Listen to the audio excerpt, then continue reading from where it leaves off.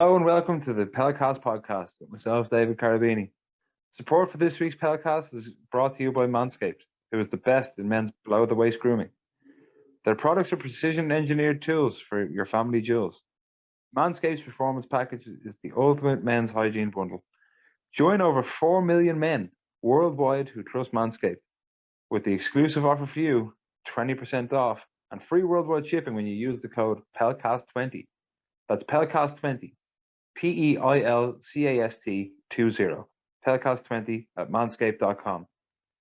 If my maths is correct, that's about 8 million balls, give or take. Have you ever had a nick downstairs when you're having a nice groom? It's not very good, is it? It hurts. It's quite painful. For me personally, it's happened many times. But not anymore. Not since I invested in Manscaped. The Performance Package 4.0 has arrived, and oh man, it's a game changer. Inside this package, you'll find the Lawnmower 4.0 trimmer, Weed Whacker ear and nose hair trimmer, the Crop Preserver ball deodorant, Crop Reviver toner, performance boxer briefs, and a travel bag that holds your goodies. First off, the Lawnmower 4.0. This trimmer is the future of grooming, and dare I say, the greatest ball trimmer ever. Their fourth generation trimmer features a cutting edge ceramic blade to reduce grooming accidents thanks to their advanced skin safe technology. The Lawnmower 4.0 is waterproof and also has a 400K LED spotlight. You need this for a more precise shave. Because this trimmer is waterproof, you can say goodbye to the mess in the bathroom floor. You thought that was good? The Weed Whacker is also waterproof and provides proprietary skin-safe technology which helps reduce nicks, snags, and tugs in those delicate nose holes. Their Crop Preserver ball deodorant and Crop Reviver ball toner will change the way you approach your hygiene routine. Trust me when I say this, fellas, your balls will thank you. Manscaped even threw in 2 free gifts to their Performance Package 4.0, the Manscaped Boxers and the Shed travel bag. Bring your comfort and boxers to another level. It's time to take care of yourself, so go to manscaped.com and get 20% off and free shipping with the code PELCAST20. That's PELCAST20, PEILCAST20.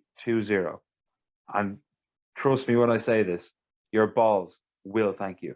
Hello and welcome back to the Peilcast podcast with myself, David Carabini. I've returned after my hiatus last week. Jack McArdle's here as well, and so is Bill Gain. And we're joined this week by someone who's probably really well known in the Irish football community, Philip from Forgotten Clubs. Philip, how are you? What's up, lads? Delighted to be on. So Philip, just Forgotten Clubs. I was just looking at it there. You've 3,221 Twitter followers. You've covered 21 Irish clubs across our Republic and Northern Ireland. How did you even come up with this kind of a brainchild kind of thing? It's something that, for me personally, I'm really interested in. Is like the amount of clubs that we've seen fall in the country over the last 100 years of football. Where did it all start? It actually was an accident, like all good ideas. I was getting back into writing. I used to years ago write for Extra Time .ie when I was 19 and 20, and I kind of gave it up because I was working, yourselves. I went into retail, never had time to do a bit of writing. I wanted to get back into it. So about 27, 28, I decided I wanted to write again. Got in touch with the League of Ireland .ie. I think the website's still going, I'm not too sure. Gerard was the man who was in charge there, and I was like, look, I have a few opinion pieces that I've been just writing at home and I've nowhere to read. I didn't really want to start I didn't have confidence to start my own blog or anything like that. So I kind of just was like, can I, use your blog to kind of put my stuff out there just to see what it was like. So I did that, wrote a few opinion pieces, and then I came across, I was looking up, obviously it's the League of Ireland page, and I actually originally wanted to start a thing called, I think it was something like Forever a Football Fan, and just kind of interview football League of Ireland fans. So I suppose Bows, Rovers, Pats, all that. And in the end, I came across, I think it was on Wikipedia, all the clubs that had disappeared. And and I was amazed by the amount of them. Now, of course, I knew about Sporting Fingal, being a Sporting Fingal fan. I went to their first game out in Longford. I followed them all over Ireland and stuff like that for the 3 short years. Successful years, but 3 very short years. And it caught my imagination, all these football clubs that I disappeared from Ireland. Admittedly, I'm somebody that thought I knew a lot about my football, but this was kind of a whole new kind of avenue, if you like. So I started delving into it, and my first club I think I done was Cork Hibs, which just then opened the door to Cork Celtic. And then I found out that there was this big huge rivalry back in the I think it was the 70s, 60s, maybe even further back. And it was just Cork Celtic, Cork Hibs was kind of like the Bows Rovers back in the day, the south side, north side divide of Cork. And 20,000 people at these games. George Best playing for Cork Celtic. So many other names as well. Bobby Tamling, big hero down there as well. He's Chelsea's second top goal scorer. He was obviously the first before Frank Lampard dislodged them. So there's these huge names that are part of Irish football history that I'd never heard of. And as I said, I pride myself on knowing a lot about football. So if I hadn't heard of them, I'm assuming that loads of other people didn't. So I started writing and putting it into the League of Ireland, and he got back to me, Jared got back to me and said, look, people are calling this a bit of a series. So I was like, well, what should we call it? Like, and it just Forgotten Clubs, the name came up and it just kind of stuck. Then Wexford FC started putting it in our match day programs, and people started messaging stuff like that, saying they were, they loved it. The Cork lads that I interviewed, John Carroll, they all just started giving me more information about other Cork clubs. There's 11 in total, if anybody's interested in that. And then it just kind of ballooned. I said, well, why don't I make my own blog called Forgotten Clubs? And then I kind of expanded and went worldwide. I got a team together, lads from Scotland, Hungary, USA, Egypt, England, Irish. And it's just, I got a team together, they started writing, and we just kind of expanded, and we kind of stopped about a year ago because of other obligations, because I'm actually writing a Forgotten Clubs book. Another lad, Jeff Webb, has actually written Scotland's Lost Clubs, which is, basically the same idea of Forgotten Clubs, except for Scottish clubs. Do read it, it's an unbelievable read. Then you have another lad, Ross, who's also Scottish. He's writing a book. So we all kind of had to go off and do our own projects. But the lads did say that, Forgotten Clubs was a kind of platform that they used to get their writing stuff. A bit like how I used Jared with the League of Ireland blog to kind of set myself up. And that's what I try to use Forgotten Clubs as well for now, to help people kind of get their own ideas and stuff like that. And start their own projects. But yeah, basically that's how it started. A long-winded story, but one that I'm delighted that happened.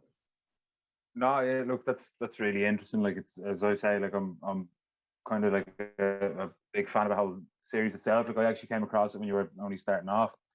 I've always been a massive fan of like looking into it. And I mean, look, there's no hiding away from it. Like, I'm a big critic of the FAI and how they've allowed all these clubs to kind of be forgotten, if you want, for want of a better phrase. We just have, I mean, as I said, you cover 22 clubs. I have them all written down. I'm not going to name them all, but you look at some of them, the likes of, Sporting Fingal, as you say, Dublin City was a big one back in the early 2000s. Thurles Town, Kildare County, I think. Kildare, Monaghan, Kilkenny would probably be the 3 big ones for me. That, I mean, we could nearly see them back in the league if they got a bit of a backing. Yeah. And then that'd be for me as well. Type of cutting in there, obviously with Kildare County with Dundalk getting the promotion in there in 2008. Obviously, it's still doing enough, but that one there, that's a big loss in Monaghan as well, which probably helped us in the long run. But it's awful to see them go back in the day as well. Yeah, absolutely. And then, sorry, just the last point there was Drumcondra FC was actually one of my many former clubs I played for when I was younger, when I was in my early 20s. I would have played for Drumcondra. So like to see that kind of stuff. Like my dad's from Drumcondra, so I know the area fairly well. I went to school in Yeah, Marino. same myself. So, Yeah. so like I know the area fairly well. I know the club. Like I know Clontarf Park fairly well, and obviously Talca Park and things like that. So for a club like Drumcondra as well is like it's such a massive Well, catchment area. To see a club like that fall is horrible. Yeah, Bowes fans probably won't thank you for this, but they were from Contra Rovers are the original real kind of Dublin derby. If you look back on it, their games, and a lot of Rovers, older Rovers fans will tell you that that was the big game. Drums, as they were called, against Rovers was bigger than Rovers and Bowes even back then. Of course. Because Drums were that successful. They were also pioneers of a lot of things in the League of Ireland. They were the first ones to have floodlights, the first ones, I think, to have advertising boards. Not 100% sure on that one. They were the first to have a black player play for them. Ray Foley, I think his name was. Again, don't quote me on that one, but I think it's Ray Foley. So they were first ones to win in Europe on aggregate.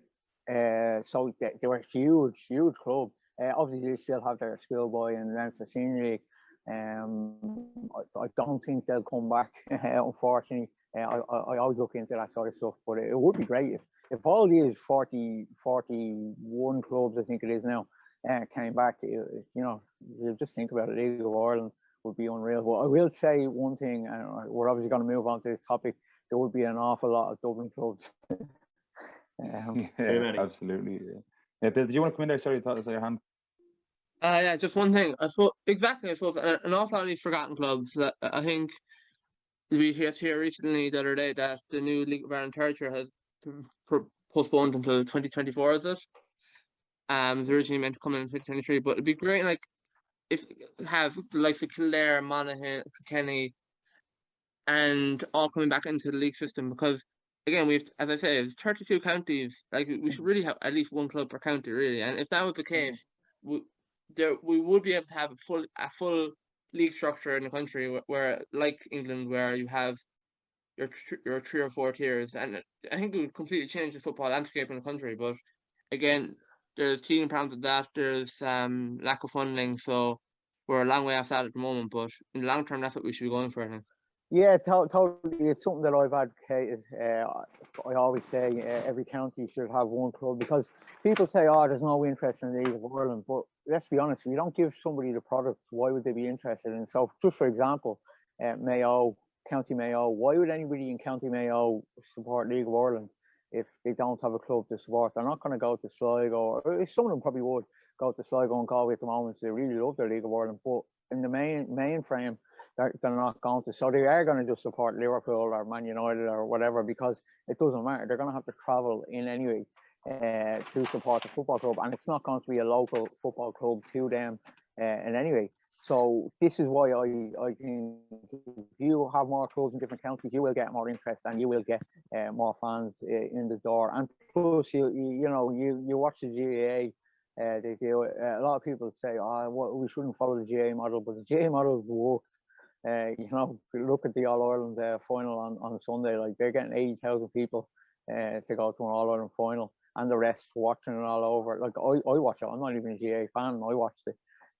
So I believe that people do say, forget about the GAA, but I think we should be following that.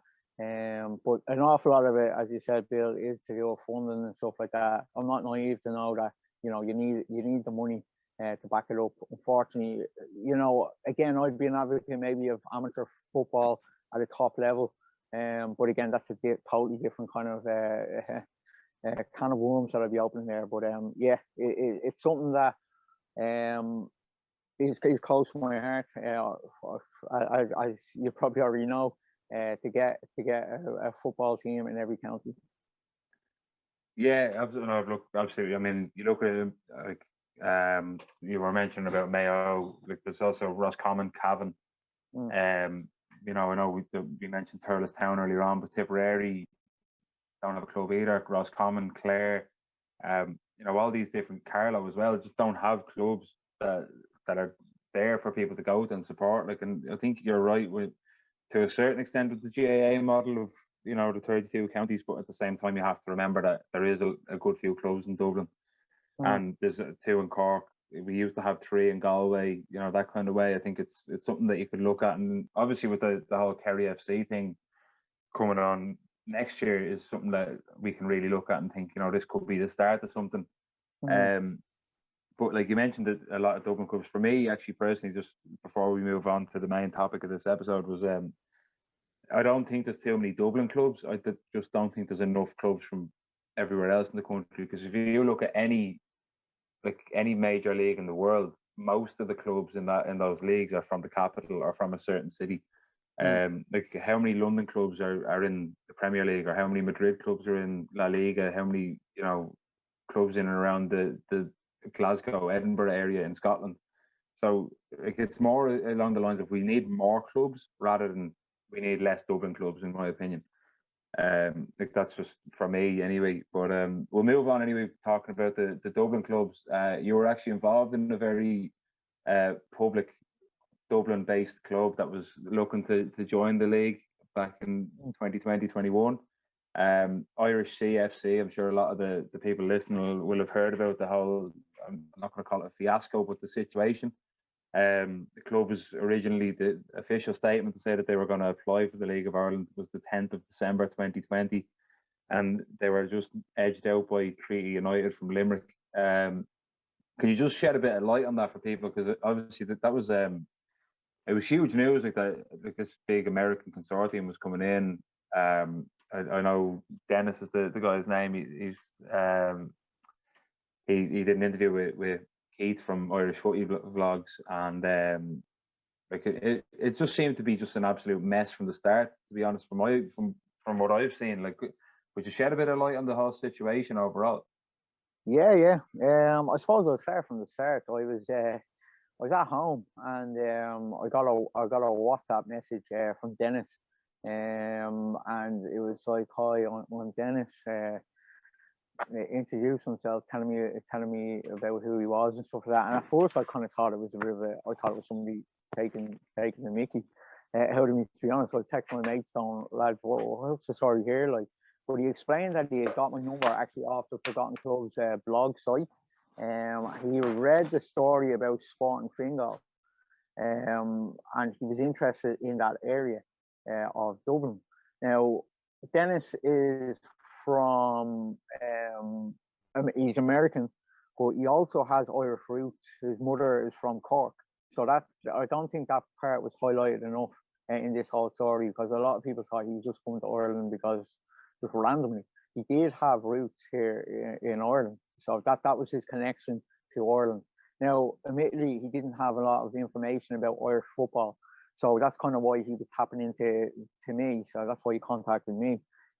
So once I kind of realized that he was, you know, a genuine person, we shared phone calls and stuff like that, and he asked me more about the area I was in, where Sporting Fingal was, why it failed, you know, what's it like now, you know, is it a football loving area?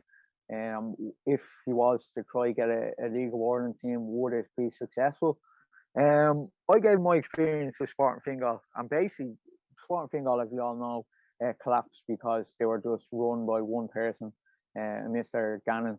And when the recession hit, it hit him, and he had to, you know, withdraw his funds and stuff like that. The Fingal Council wouldn't put money into it, so basically that's why it folded.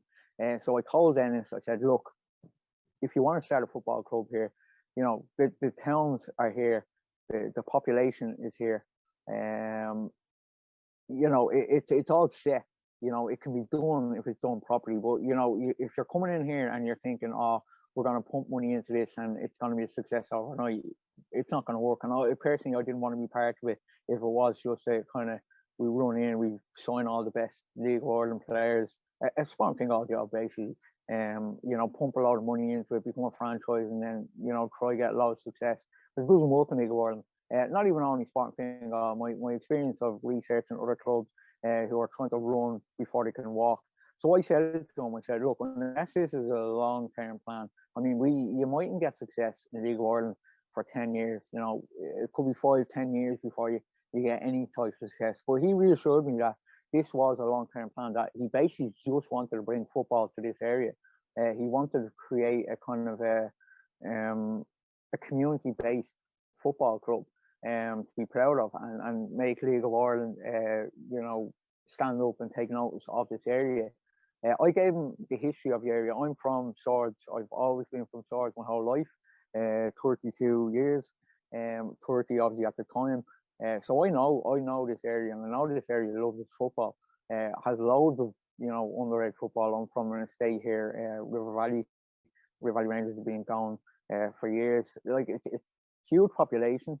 Like when I was here, there was nothing here basically 30 years ago. Now it has everything. I don't need to leave Swords. I don't need to go to Dublin City. I don't, everything is here. There's a population in Swords itself, the Swords town of 50,000, and then you have all the commuter belt towns, Malahide, Rush, Balbriggan, Lusk, Skerries, all of that. So you have all them sort of little towns that no League of Ireland club is near. Now this is the thing you want to ask me: is there another football club around? Shells is the closest club to Swords. Arguably, you could say maybe Bows if you go a certain way around, but Shells and Bows. But on a Friday night, if you're trying to get to Shells and Bows from Swords, okay, if you're driving, it might take you half an hour depending on the traffic. But if you're trying to get a bus there from, on a Friday, it can take up to an hour. And most people would want to take a bus, especially if you're, a young lad or whatever, you want to go for a few pints and stuff, taking the whole Friday night thing. So, it is a bit of an effort. And I think that's what does put off a lot of people from Swords and these other towns around here, is basically the effort of trying to go out. If you finish a long day of work, last thing you're thinking is, oh, I'm jumping on a bus and going to watch a League of Ireland game. So basically that's where it all kind of started off. It then kind of started getting a bit serious when you mentioned Irish CFC. That's not the name of the football club. That was the name of the holding company that Dennis had to register here in Ireland to start a football club. So I suppose the business aspect I wouldn't have known an awful lot about, but he did obviously let me know, because I was getting a lot of questions about the Irish FC thing. I was getting a lot of slaggings about it. I could see it all, and I kind of asked him, I was like, what's going on here? We can't call the club Irish CFC. And he said, no, that's just the holding company that was based down in Cork. The name Dublin County, I actually came up with myself because, again, he wanted to call it Dublin United, but there was an actual Dublin United that played in League of Ireland years ago, and they were from Donnybrook. They're one of the forgotten clubs. I haven't written about them yet, but I'm aware of them. They were from Donnybrook, so I told him, look, no, that won't work, bringing that back. He also was a bit naive in thinking that Dublin, everybody loves each other in Dublin. And I had to explain to him there is separate areas of Dublin that wouldn't get on. So it's not exactly Dublin United. I was explaining Bows Rovers, Shells, there's already different paths. There's already Dublin clubs and they all don't get along. I also had to explain to him, and I suppose this is the part that kind of got confusing over on social media, and where kind of a lot of, not arguments, but debates arose, is that Swords is obviously Dublin. It is part of Dublin. We all know that. I'm from Dublin, but it's not real Dublin. And to kind of explain this, people from Swords will be able to tell you that. When I was growing up, I used to play for St. Kevin's boys, for example. And when I met up with the lads out there, they used to call me a culty, and they used to slag me for being from Swords, and you're not a real dub, and all, you don't have a postcode, all this kind of stuff. And that happened to a lot of people from Swords and from Balbriggan and Lusk. I know this because all my friends are from here. I grew up with it. So there's this kind of mentality from people who grew up in Swords, is that we are dubs, but we're not really. We're kind of outsiders. Like, I mean, 15 minutes down the road is Ashbourne, which is actually County Meath, Rathcoke, County Meath. Like, one of my best mates is from a Summer Hill, and he used to always call me a culty and stuff, and he couldn't even believe like Swords had like shopping centres and stuff. He just thought it was just a lot of fields. Like, so there is that mentality that I kind of went into it as well. That I wanted a football club out here to represent this area, because we are built up now. We're not a small town anymore. Swords is a huge place now, and I only know that because I grew up in it. So it's kind of hard to explain to people when they kind of go, "Oh, another Dublin club or whatever." We're not. For so long we weren't Dubs, and now because we're huge and we have the pavilions and this, oh, we're suddenly now part of Dublin. You know, when people ask me where I'm from, I don't say I'm from Dublin. I say I'm from Swords before it. Now, I can't speak for everybody from Swords, but I know a lot of people would say that. So that's where the county came in. I put the Dublin county, I put the county in the name because I wanted to make it, you know, a little bit part of the whole kind of experience. So I had to explain all that to Dennis. He understood it, but trying to explain it to, you know, hundreds of people having a go at you on social media is quite hard. There's no animal, like, I don't hate Dublin or anything like that. I support Pats. I go follow. I go watch Pats games. I go to Shells game. I was actually at Bowes Rotter there a few weeks ago with my mate. So I go to other Dublin clubs and I'm mates all over Dublin and stuff like that. But you know, that's where the kind of sort of arguments arose when people started saying it's another Dublin club, and I tried to explain to them, no, this is our club. We're from Swords. So yeah, that's it. So look, I Yeah, just have a no. question though, Yeah, actually. go ahead, Jack. Yeah. Just curious. Whenever you're talking to Dennis, obviously you were planning to get the club, I'd imagine, straight in the first of it. Was there any like plan set, like a 5-year plan, or was there anything like set that far ahead, or was it just baby steps? No, there was a 5-year plan. So I actually sent Dennis a proposal myself. Now originally I was only going to be a social media manager. So at the time when it was all kicking off, I was getting journalists or were contacting me and stuff like that, asking me about this, because they didn't really take it seriously. People weren't taking it seriously until I think one or two journalists broke the actual story, and then people started taking it seriously. So what Dennis told me to do was kind of leak it out to well-known people in the Irish media, because he knew that I knew a few people, so people from Extra Time and stuff like that. But they didn't. They wouldn't. People wouldn't take it seriously. I think the League of Ireland group chat, which I'm not involved in whatsoever because of all of this, and young Lewis there. I tried to give him the kind of scoop before everybody else, but he as you know, he didn't agree with the whole thing. And there was a plan behind it. So there was a 5-year, kind of 10-year plan. The plan was we were going to get localized. Okay, so the best way to explain this is you know, the Electrical Bilbao way, you know, the way they only play players from their area or the Basque region. Yeah. So that was the plan, was we were only going to play players or have players mostly from either Swords or the Fingal County region. With an exception, maybe one or two that, you know, would come in just to give experience and stuff like that. But we were going to do that. We were going to have youth teams, so under 19 level, and there was also plans to have a women's. We were going to have a women's youth team to start off with, to see how that went off, and then obviously look at the women's national league and stuff like that. But that was the general plan, because I told Dennis, if this is going to work, you need to have the community on board. You cannot just come in here with a franchise and stuff like that, because people won't connect with it. So, you know, there's certain things we were going to go out. If there was any high profile player, and there is high profile players from Swords playing in the League of Ireland at the moment, I won't mention any, you can probably guess yourself, that we were going to contact, that I know personally, that I was going to try contact and see if they'd be on board, and get them involved. But as I said, I wasn't involved in the actual player part. That would have been down to Dennis and his consortium, and he had coaches lined up for that. All I would have done was, yeah, he's from Swords. I wouldn't have said, oh, he's a great player. I would have just said, yeah, I think he's from Swords. You know, if you get him in, that'll do great for, you know, our image, if you like. And so that's basically what I did. I just advised on what would be best way to kind of get the fans. I went from social media to, I was going to be the supporter liaison officer. So basically, I would have been the man that would have been connected with like fan bases. So my plan was to set up fan bases in towns. So Swords would be obviously the main one because it's most populated. But I would have tried to have, you know, a Dublin County fan base in Malahide, Portmarnock,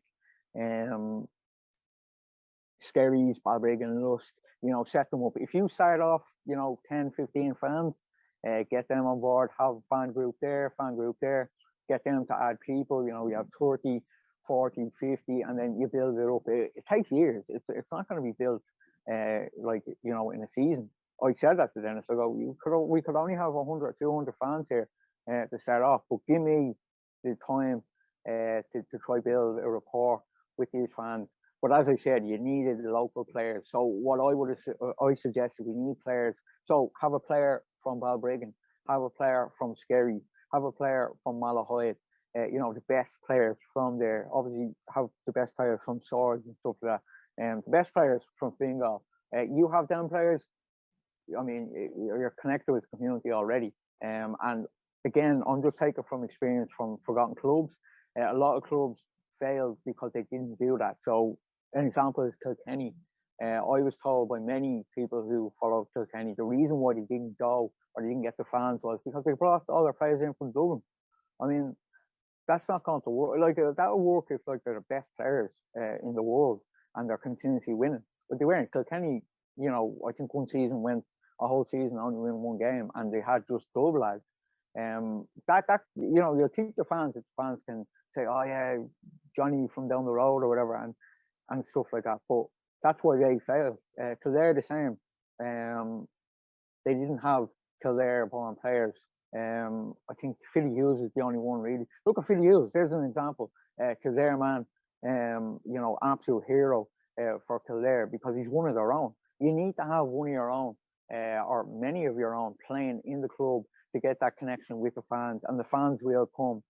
But if you have a lot of mercenaries or a lot of lads like from abroad or whatever coming in, nobody cares, especially League of Ireland. Well, sure, you might as well support Liverpool or United in that case because you're just following lads that are, you know, decent at football, which is okay. That I mean, look, some people like doing that, and that's fine. But if you're going to start a football club in League of Ireland, you need to make it localised. You need to make it about the community.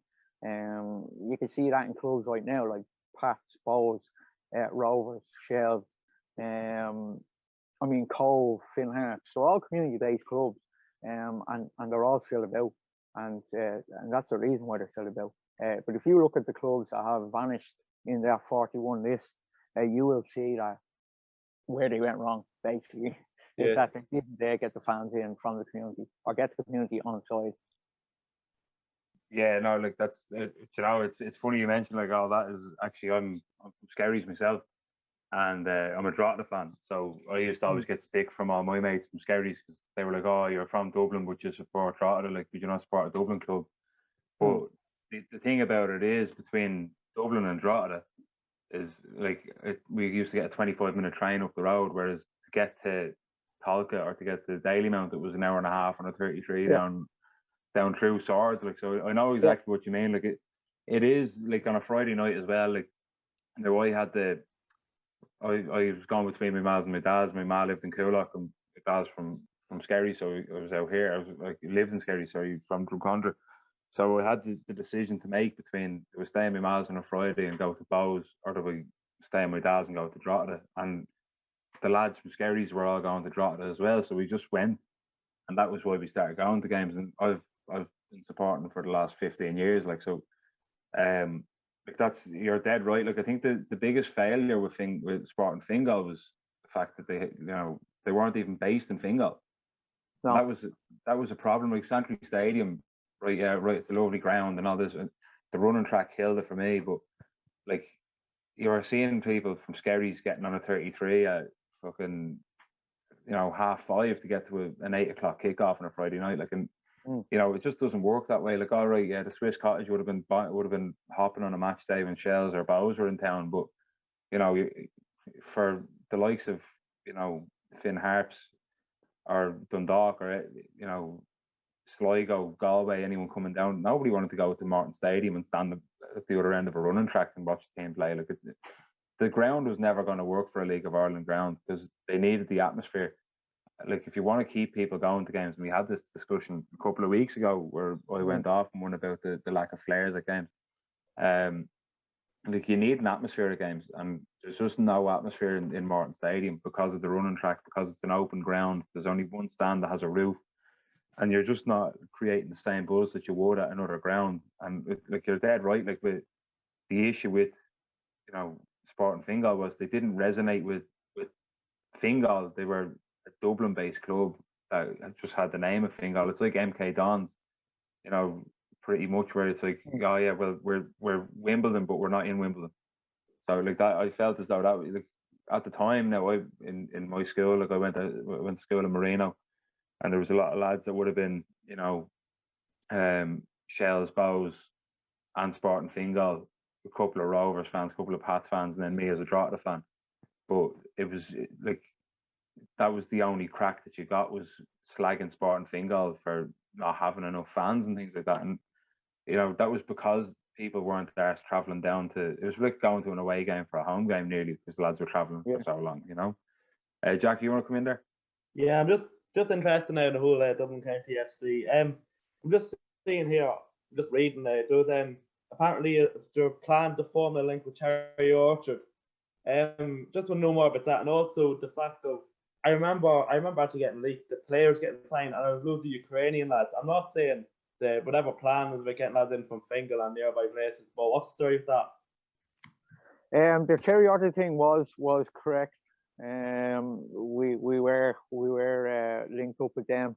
I was only told about that after it was kind of signed up and stuff like that. I explained to as I said, I wasn't in charge of any playing kind of thing or anything like that. No, I had nothing to do with that. I could only advise on that. Now I did advise to Dennis.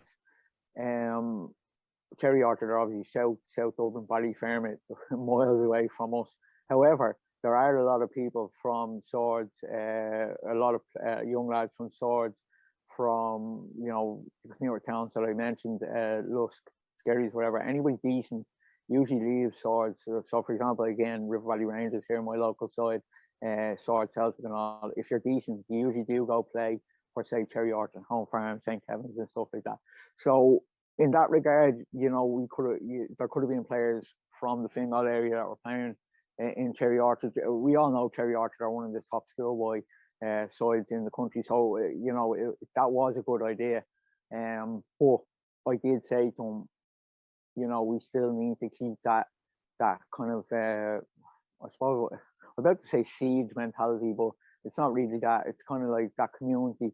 There's no point in grabbing a lad from Ballyfermot, a young lad from Ballyfermot, and playing him here for Dublin County, because nobody here cares.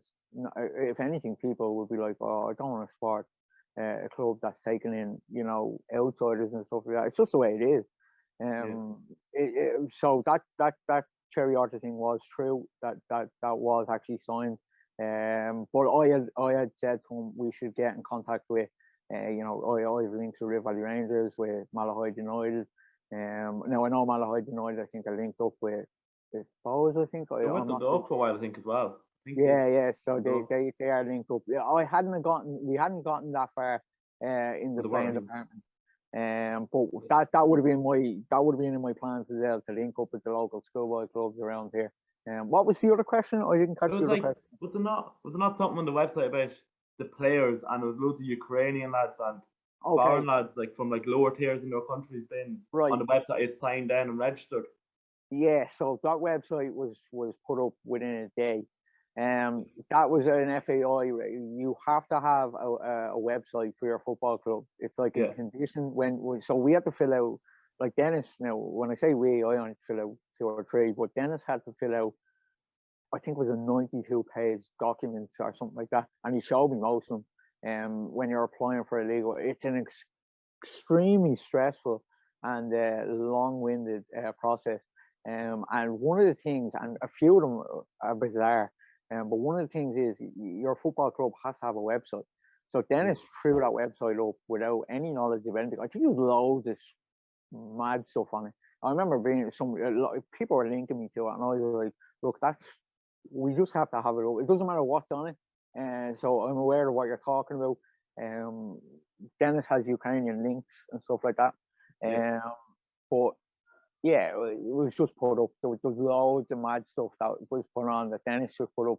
He wasn't aware that, you know, he was going to get such a backlash that everybody was going to start reading this website and, you know, going mad. But once I saw it, I said, Dennis, you need to do something. So he took a lot of it down, but he had to keep the link up because it is a condition for the FEI when you're joining or when you're applying that you need to have a football website. Basically, that's all it was. So anything on that, I wouldn't believe or anything like that. No, the Ukraine thing was never a go. As far as I know, it was never a go. Looks mad, all right. Anyways, it's just wondering,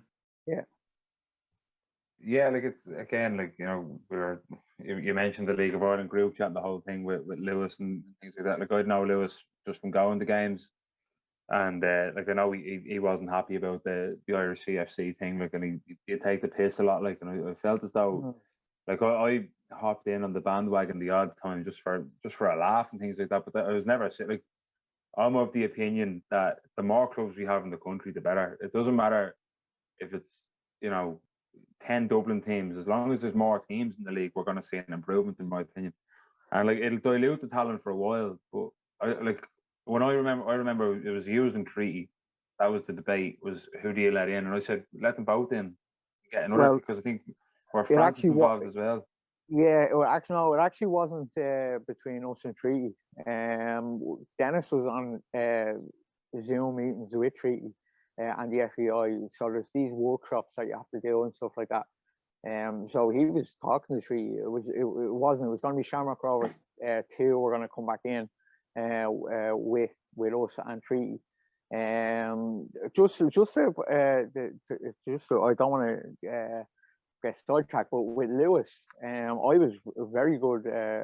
You know, I never actually met him, but I used to talk a lot to Lewis and help Lewis. He's only a young lad, like, and great job promoting the League of Ireland. I always said that to him. That group chat and stuff like that. He used to always tell me when he used to get a lot of stick off other people and other fans and stuff. And I used to tell him, look, don't mind that. Just ignore them. Keep doing what you're doing. You know, you're doing a great job. Like, you're only a young lad. I think 18 at the time. And you know, it was kind of bizarre. And to be honest, I was a little disappointed in the way he went on about it. I still don't fully understand why he was so against it. Look, I can understand taking the piss out of it. That's fine. A lot of people did that, but he took it to a new level. Like, it got to a stage where I don't think he realised the influence he had on that League of Ireland group chat, because when he done it, other people followed suit, and that's when it kind of went over the line, because I was getting you know, an awful lot of stick privately as well. Which, you know, look, I'm a big boy, I can take it. I knew that there was going to be a little bit of stick and debate, and I'm all up for a football debate, but there was a lot of personal things that happened. Like, for example, I was getting messages on my personal Facebook, people messaging me mad things. Somebody made a fake Twitter account of me. They got my picture up there and they started chatting to people, and people actually thought it was me. So it was all this bizarre stuff was kind of happening. While all I was trying to do was set a football club up for my area and kind of represent it. So in regards to that, I don't have any hard feelings with Lewis now. I blocked him. He's blocked me. We don't talk to each other. I just took a break from that League of Ireland page altogether. But I couldn't tell you what he's actually up there or anything like that. I haven't seen anything from him. So I hope he is doing well. And I hope he is still doing the good job that he started off with, you know, promoting League of Ireland. But some of the posts and stuff were quite bizarre. We had Twitter exchanges and DMs and stuff, and what kind of upset me was he started showing private messages that me and him were sharing, but he was editing them and stuff like that, make it out like I was attacking him and stuff. Now, I mean, I did go back at him with one to show that I didn't do it, and he kind of withdrew a lot of statements and stuff like that. But it kind of got tit for tat, and I got dragged into it, and I shouldn't have been the older person. I was going to say wiser, but I wouldn't say that. and my emotions kind of got a little bit ahead of myself. But you have to realise as well, a lot of my mates support League of Ireland, and they were showing me group forums. So, for example, Shells, Bows, Rovers, Pats, and I was being talked about in these group forums. Now, sometimes it was my actual name, sometimes it was just about forgotten clubs. And I have to realise that forgotten clubs is also getting hit hard with this. Now, in a way, it was good because I was getting, publicity for forgotten clubs, but at the same time, it was also damaging a lot of the work, the hard work that I had put in with forgotten clubs. But it was emotional as well because, as I said, I love my football, and I love where I'm from, Swords, and the two kind of combine. So in regards with Lewis, it was just he went overboard, and he kind of got borderline obsessed with it. He started attacking Dennis, and he was I explained to him privately everything that I'm telling you is now, and he still went, and he was like, "Oh, cool, look, Phil, no hard feelings. I won't do this, I won't do that." And the next while I wake up in the morning and I have like mentions and him slagging people, sending me screenshots of him slagging me, and so it was kind of weird. I don't understand what his big problem was. Maybe he can tell you. But yeah, that's all I have to really say on that part. There's not really more to say. Only that I hope he's doing well, and I hope he's still promoting League of Ireland. Yeah, well, he is actually. To be fair, he's doing a great job with the drop of the media team at the moment. To be fair, and look, I know Lewis, as I say, he's a good lad. He's learning on the job nearly. He's doing well.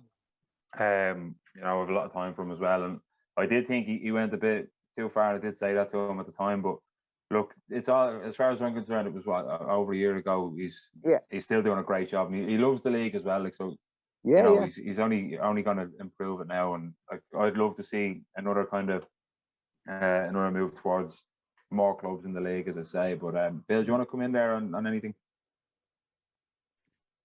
Yeah, so look, and again, just touch on a few things. One thing that I suppose I'll never condone, I think all of us in agreement are never condone, is the personal attacks and the fake pages of yourself or whatever should never have happened. But I do think on some degree or level, and maybe the stuff got to I timed it on it too, but again, there's no malice in it.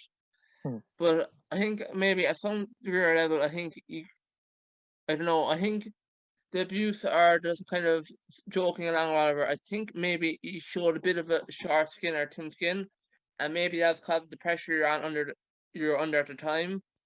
But I feel like by reacting to it and to kind of biting back and whatever, I think you're kind of running into your own issues, and you're kind of making it worse forever. Like, if you look at the League of Ireland banter page, I think on Facebook, I think it's Dave and admin, like, they're just constantly ripping the piss out of everyone, and you can take of it, maybe it's unprofessional, whatever, but it's kind of the nature of the league, and I don't think it's necessarily a bad thing, whatever. Like, again, I had Shamrock Rovers fans give me absolute pelters in my messages today for abuse. Like, I think people take these things far too seriously than what they are at times. And while, again, there are people behind the glass or whatever, I just think maybe you could have not bitten back so much, and I think it would have resolved a lot of the problems. Like, I think I totally agree with. Sorry, Bill. No, just one more thing. I think, like, one thing I'd say is that, look, what I find in social media is an awful lot of time is you're getting to arguments with people, and I think if you actually threw yourself and Lewis into the room and all of us, we get on grand, like, there'd be no problems, we'd have a lot in common.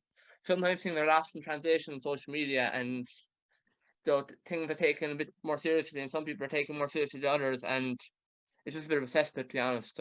But it's never the detail, like. No, I totally agree. Bill. I'll just say one thing. When all this was happening, I was also working nights full time. I was in college full time. I also moved out of my home. A lot of stuff was happening. It wasn't just the social media. So I was literally running on about 3-4 hours sleep. I'm also, a type 1 diabetic and stuff like that. So, there's an awful lot going on there. Now, look, as I said, I was under a lot of pressure as well. So, it all kind of cracked. And to throw on top of it, I'm quite an emotional person anyway. So anybody who knows me will tell you that I will, bite back. So no, I do agree. The emotions got the best of me, but I mean, look, it's just one of those things that I get emotional about my football. I get emotional about the area where I'm from, and if you don't sleep, it's all a bit of a mixture that's gonna boil over. But no, just the final word on that. Look, if Lewis is listening, I've no hard feelings at all. As I said, I think he does a great job for League of Ireland, and anybody who does promote League of Ireland, fair play to them. I always have time to talk to them, and you're dead right. If we were sitting here now in a room, or even on a Zoom chat, we would probably be having the banter about League of Ireland, to be honest, or football in general.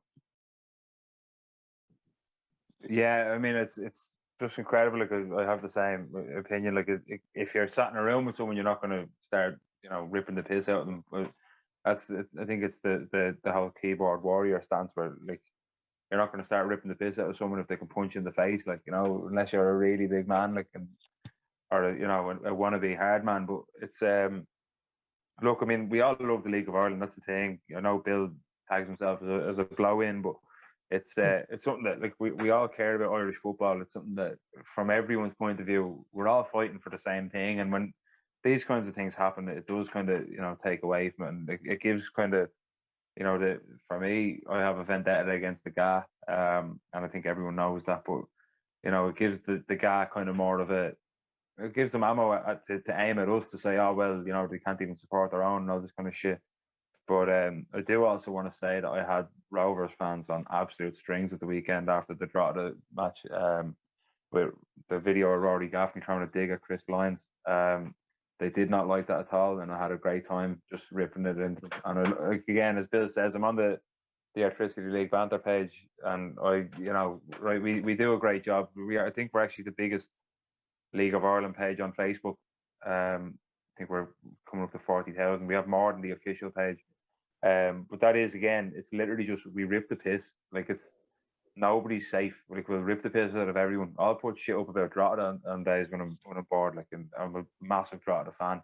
So, like, again, if you have to be able to take the crack as well, and look, if people take it so seriously, I have a big thing about, Sligo fans just can't take a laugh. And they can come at me over this as well, because I can guarantee it, they'll comment on it. Like, if this goes out, anytime you put anything up about Sligo, they always bite. Whereas every other set of fans, most of them can take a laugh. But I don't know what it is. Maybe it's just me and Sligo, we don't get on. But I just think it's very funny. But no, look, Phil, you've been very generous with your time. I think it's coming up on a late enough one now. So, just, is there anything else that you want to plug while you're on? Is there any plans for the future with Dennis and the crew to put in a new club? Or, I mean, I think I saw something on Twitter there about they're looking at setting up a club in a different county. Maybe is that still on the table? I mean, before he was going to come, there was a lot of stories that he did approach other clubs beforehand. So, can I name the clubs? Do you want me to name the clubs? Go for it. Okay, so there was an approach that loan. Now, this is before Dublin County, so there was an approach that loan. I did see the texts and the emails, but Dennis didn't feel that was a goer. There was also approach with Cabinteely.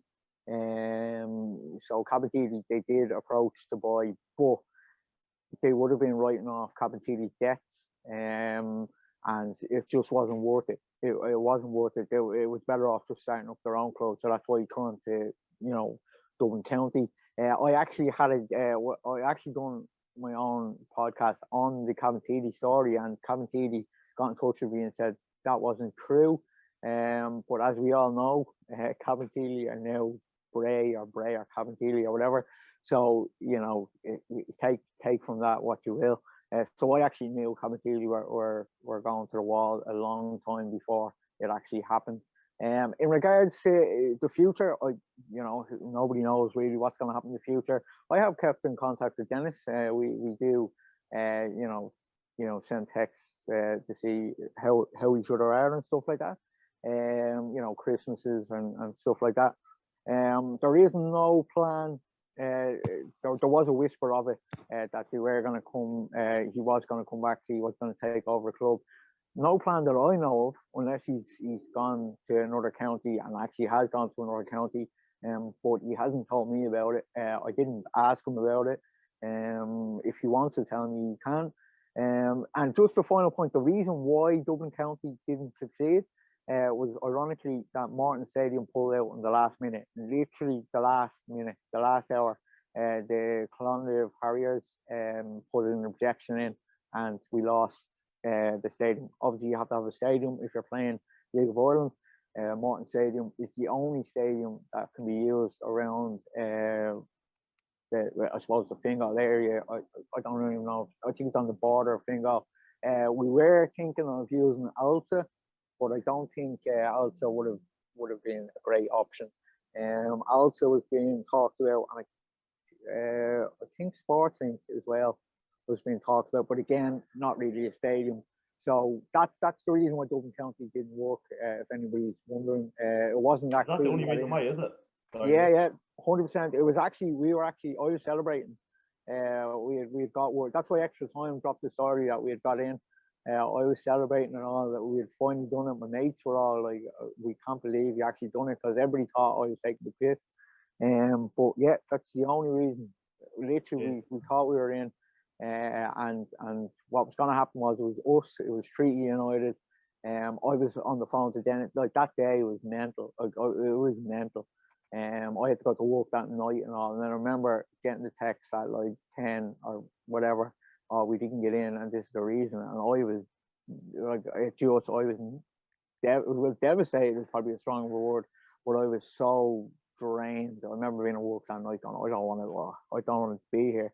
And it was just that was the only reason that we didn't get in. We were going to get in with Treaty United and Shamrock Rovers 2 or B or whatever they're going to call themselves. We're also going to be entered. But because we didn't get in, the Shamrock Rovers B didn't get in because they would have had an odd number. So it was only Treaty that got in. Delighted that Treaty got in because, you know, as I said, I'm an advocate of every county should have a club. And of course, Limerick deserve a football club. So yeah, that's the whole story. That's the only reason why we didn't get in, and that's the whole story, really. Yeah. No, look, that's thanks very much for coming on. Like it's a really interesting story. I think there's a lot that probably didn't come out in this, and that we might just have to do a part 2 if you're around at any stage. Yeah. Again, look, I mean, you look at it, you've covered 22 Irish clubs in your Forgotten Club series. Great series, I'd say. I do read it. I read it often. I've been a big follower of your work over the last few years, and it is great, like, to see it, because it's something that, again, as I say, I've looked into myself and just never really written anything about it. But no, look, Phil, thanks so much for coming on. It means a lot. We're as we say, like, we're trying to, you know, do our best to promote Irish football in the most positive way possible. So anytime you have anything to talk about, just let us know. Shoot Phil a message on the page, and we'll definitely try and find a time to get you on. Is there anything else, like anything you want to plug or anything like that? Any series coming up with the blog or anything? Or I know you said at the start you have a book coming out. Is there anything about that coming out? Yeah, the book is going to come out in 2023. It's just been backdated a little bit. It was supposed to be out in July, but I actually underestimated the amount of work that I have to put in. So it's Forgotten Clubs, 50 clubs around the world.